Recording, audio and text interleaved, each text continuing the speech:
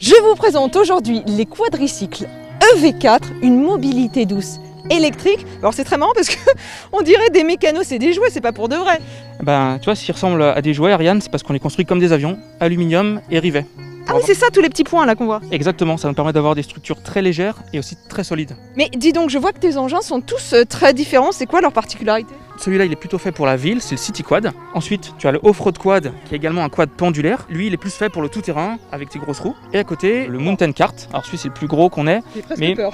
tu verras, il est pas si impressionnant que ça à conduire, il est plutôt très sympa. Et il y a un siège, des ceintures, un arceau pour être en sécurité tout le temps. Pour l'instant, tous ces engins sont des prototypes, mais en exclusivité pour BFM Paris. Je vais les tester. Mais dis-moi, quand est-ce qu'ils seront homologués et commercialisés? Alors ceux-là, ils sont tous commercialisés aujourd'hui, mais pour le loisir, c'est deux-là. Et celui-ci, on est en train de l'homologuer. Et normalement, en 2022, il sera prêt pour rouler sur la route partout où va un scooter. Et ben, il est prêt pour moi maintenant. Et ben, tu sais quoi, Ariane, je vais chercher le mien aussi. Ah, génial. Première petite promenade. Allez, viens, Ariane.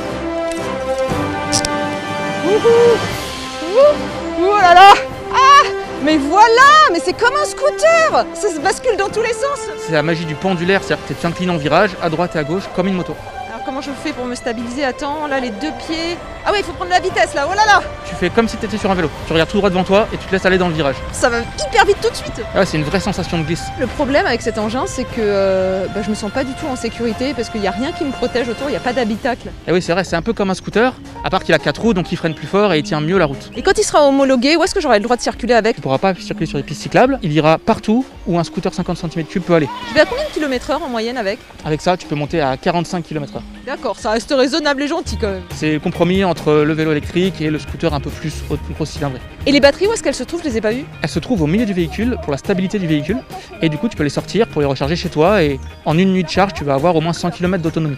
Ouais, là c'est pas mal quand même. Il y a même une remorque qui est prévue pour porter largement plus de 75 à 80 kg de chargement en plus de tes porte-bagages. On peut monter à plusieurs dessus ou là c'est formellement interdit? Sur cette version-là, c'est une personne et sur celle qu'on prépare, deux adultes. Ils seront en tandem l'un derrière l'autre comme sur un scooter. Et en cas d'intempérie, c'est l'enfer, t'es détrempé là-dessus. Et oui, c'est pour ça qu'on est en train de préparer une version carrossée pour protéger le passager et le conducteur des intempéries et même avec une petite ceinture de sécurité en cas de choc et de collision pour être complètement en sécurité comme dans une voiture. Alors il y a un point noir évidemment, c'est le prix. Il est à 5 200 €. Ah, il faut être très riche pour s'offrir ce luxe.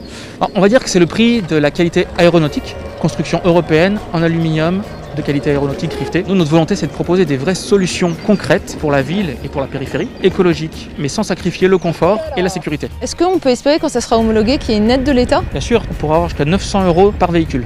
Où est-ce que je gare mon véhicule? Est-ce qu'il y a un système d'antivol? Parce que ça attire l'œil quand même quand tu vois ça. On a plusieurs solutions pour chaque véhicule, démarrage à clé, antivol, tracker GPS et même une alarme.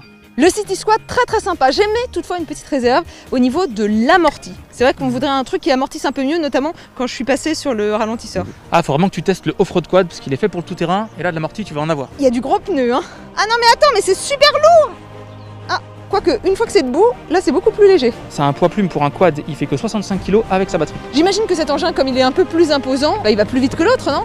Alors celui-là, on a souhaité plutôt le limiter à 35 km/h pour rester tout en sécurité dans toutes les conditions, même dans les conditions un petit peu cabossées. Les roues, elles ont des gros crampons et tu verras que tu peux absorber des grandes bosses ou des ornières sans presque le sentir. Je suis à l'aventure là dans la forêt, c'est incroyable, ça monte mais absolument partout. Je passe par tous les petits chemins, aussi boueux soient-ils, il y a des cailloux, il y a de l'herbe, ça écrase tout sur son passage. Ce qui manque vraiment là sur le véhicule, c'est un garde-boue parce que j'en ai mais plein les jambes. Et oui, et tu sais qu'on en a en plus, mais pas sur ce modèle-là. Ah bah bravo, merci Alexandre. Niveau autonomie, là encore, on est à peu près sur 100 km d'autonomie. Alors ceux-là, ils ont des plus petites batteries pour un usage plutôt loisir. On est à 40 km environ. Finalement, cet engin, il sert plus à s'amuser sur un terrain de bosse en forêt, par exemple. C'est un peu ça. Bon, et le prix, là, je pense que ça va faire encore plus mal, non? Environ 5 900 pour un véhicule exclusif, tout fait à la main. Et tu sais, Ariane, si t'aimes les sensations, tu peux même gravir des montagnes avec nos engins. Regarde, le Mountain Kart. Alors là, en termes d'assises, hyper confortable. Hein. J'ai l'impression d'être dans un fauteuil de Formule 1 presque. Eh ouais, c'est clair. Et c'est également adapté aux personnes à mobilité réduite. Ah ouais. Comme t'as pas besoin de ton équilibre, t'es installé, t'es harnaché avec un arceau, en toute sécurité. Et on a même deux amis polonais qui vont partir, ils sont handicapés, en fauteuil roulant tous les deux, et vont partir faire le tour de l'Himalaya en totale autonomie avec deux de ces engins, version 4x4. Waouh, j'imagine que c'est extrêmement résistant. Le test à la pluie, c'est parti. On dirait vraiment qu'on est sur un tapis volant, c'est hyper hyper agréable comme sensation. Là, je me sens pour le coup en sécurité. C'est comme si j'étais en voiture là. Et ouais, t'as 4 amortisseurs pneumatiques plus ton siège baquet confort. Oula, quand ça freine sec, hein, on le sent passer. Et oui, c'est pour ça, t'as 4 freins hydrauliques très puissants pour justement toutes les situations de montagne. Ah ouais, c'est extra là, ça monte tout seul. C'est marrant, j'ai l'impression d'être un tank presque. Et pourtant, il se comporte encore une fois comme un VTT. Et avec cet engin, on va à combien de kilomètres/h? Celui-là, il peut aller à 35, 40, voire 50 selon les puissances que tu choisis. Et son autonomie? Et jusqu'à 40, voire 80 si on double les batteries. Le prix, alors là, j'imagine qu'on explose le budget.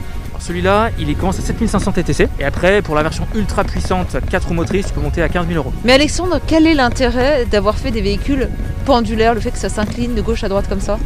Eh ben, c'est la meilleure solution pour avoir un véhicule toujours très étroit qui se faufile partout en ville. Les nôtres font 60 cm de large environ, tout en ayant une super stabilité en virage et un très bon freinage.